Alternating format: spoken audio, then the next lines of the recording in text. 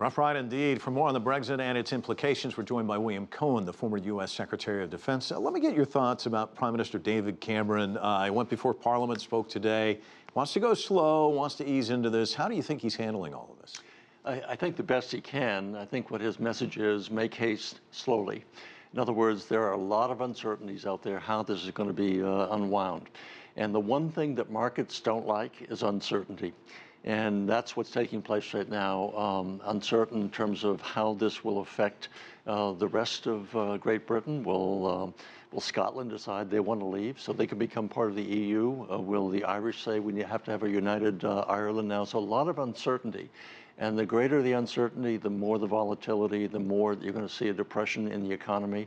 That means there's going to be very serious implications for not only the British, but American investors, other investors as well. So I think uncertainty is kind of the toxic hemlock that we're taking a little bit of a sip of. Talk to me about Ash Carter, being in his shoes, because you were in those shoes, sitting over at the Pentagon. Sure. Put us in that seat, give us that lens from a defense secretary's point of view. I mean, NATO implications, Russia, all of that. How do you see that? Well, they've got to be breaking open the champagne in Moscow right now, because if there's one thing that President Putin wants to see is a diminution or reduction in the influence of the EU.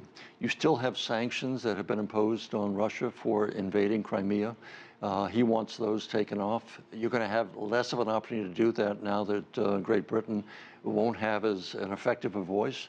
It certainly have an impact upon the security environment in the sense that now NATO, really, which is a military political organization, now the question is, what will be the impact of the reduction in the economy as far as the British are concerned? Will they be able to match their 2% commitment? How will this affect their requirements and their purchase of systems in order to protect the greater interests of NATO, all 28 nations? So there's a lot at stake, and the sooner you can have some clarification of how the process is going to unfold, the better. But I think in the next few weeks and months, it's going to be pretty turbulent. The credit rating today, Fitch and S&P both downgrading the UK. Hours after the vote, Nigel Farage saying, well, some of the stuff we said, maybe not so true. Buyer's remorse, you're hearing that from some of the voters. A lot of chaos. Some people want a second referendum. Cameron says that's not going to happen. What do you make out of all of that? There's a little bit of bait and switch taking place here, where those who said, gee, we'll have £350 million going into our healthcare system, we'll be able to control immigration much greater. Those promises now seem to be only mere suggestions. And so a little bit of bait and switch going on here in terms of what the promises made were going to be.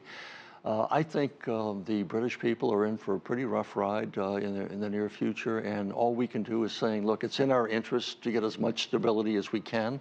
The EU is not going to be, hopefully not punishing the British people for this vote, but they don't want to make it too easy for others to leave as well, and they want to serve as some kind of a prevention for this serving as a precedent. So it's going to be a lot of balance involved, and it's going to take leadership, and we're going to have to just step back and see if we can't cool the situation, because it's in the interest of the global economy, because what happens in Britain doesn't just affect Britain, it affects all of us, including those in the Asia-Pacific, including China as well. Yeah, we saw that clearly right afterwards.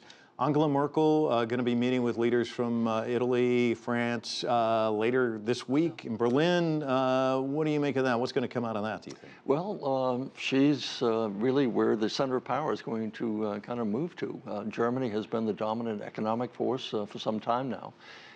So she has a leadership role she will fulfill. One of the problems, it seems to me, is we've had the convergence of three things called digitization, globalization, immigration. And so you have a digital world now, information age, that coupled with the free movement of people and products and services has caused this discontent, not only there, but here in America and many other places in the world. So how do we come to grips with this? We're going to have very strong leadership and wise leadership that understands the nature of how integrated our economies are, what globalization means, and what a retrenchment for that is going to mean, putting walls up around our economies, taxing the Chinese with 35% tariffs, et cetera. That doesn't make any sense, and we have to resist that temptation to go back to an era which no longer can exist, and that is you can't unwind how we are tied together, and it's going to take a lot of strong leadership. You said it doesn't make any sense. I want to get your thoughts, because you spend a lot of time in the East, East-West. It seems in the West, and you're hearing this a lot from the Republican nominee for President of the United States, this kind of talk that you're talking about. Let's move back inward. Britain doing the same thing. And yet, when we look at China, there's the Belt and Road Initiative. It seems to be more outward looking. Talk to me about that dynamic, and how does that change the playing field out there on the global stage? That has been underway for some time now, as a matter of fact, Mike. The economic power has been shifting to the Asia-Pacific region, principally China, but the Asia-Pacific nations, ASEAN and others.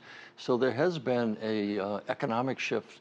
The gravitational pull has been in that direction. So that's something that we have to cope with. The notion that the United States, it's different than Britain saying, oh, we want to take our country back from the EU bureaucrats. Well, it's different, the United States saying, we're going to take our country back from whom? A president who happens to be black, is that the issue? Is you going to take it back from the black people who've made progress, the Latinos, the Asians? Who are we taking it back from? You're taking it back from the people you elected. We have voted for these people. All of us have voted for our elected officials. So you're taking the government back from them? You put them in power. So the same notion that we're going to get our sovereignty back, we have our sovereignty. We haven't given it away. We haven't transferred it to Europe. We haven't transferred it to the EU. So there's a big difference in terms of what the British were feeling. And you can understand the notion that, well, we're part of a 28-member union. And of course, if you're part of a union or a club, whether it's a golf club or a sports club, you get benefits from that, but you have to pay your dues. And so if you decide the dues are too high, you don't want to pay them, well, you don't get the same benefits any longer. So in the United States, we have a different compact. We have a compact saying we are a democracy. We elect our officials. If we don't like them, don't think they're doing it, then change. And so it's not taking the government back. We have the government we wanted. So now the question is, you want different personnel? Yeah, we can do that. But it's not the same situation. Let me ask one final question before I let you go. Boris Johnson will be the next British Prime Minister. Are you a betting man? What do you think? Well, he's going to have a very tough job. He's going to face an electorate now, many of whom want to go back and do it over, have a do-over. It's not. I think it's highly unlikely they can do that. So how does he put the pieces back together, saying, okay, we're going to have a smaller England now. It's a smaller Great Britain. The Scottish people might be out. The Irish might be out. What does that do? The Welsh might be out, et cetera. What does that do to England? It's a smaller England at that point. And can they be the power they once were? The answer is no. None of us can, given the world has changed, given the fact there are many more power players today. So whoever follows Cameron's in for a tough job. Either way, yes. Secretary, thanks so much for coming in. Appreciate it. Thank you. Appreciate it.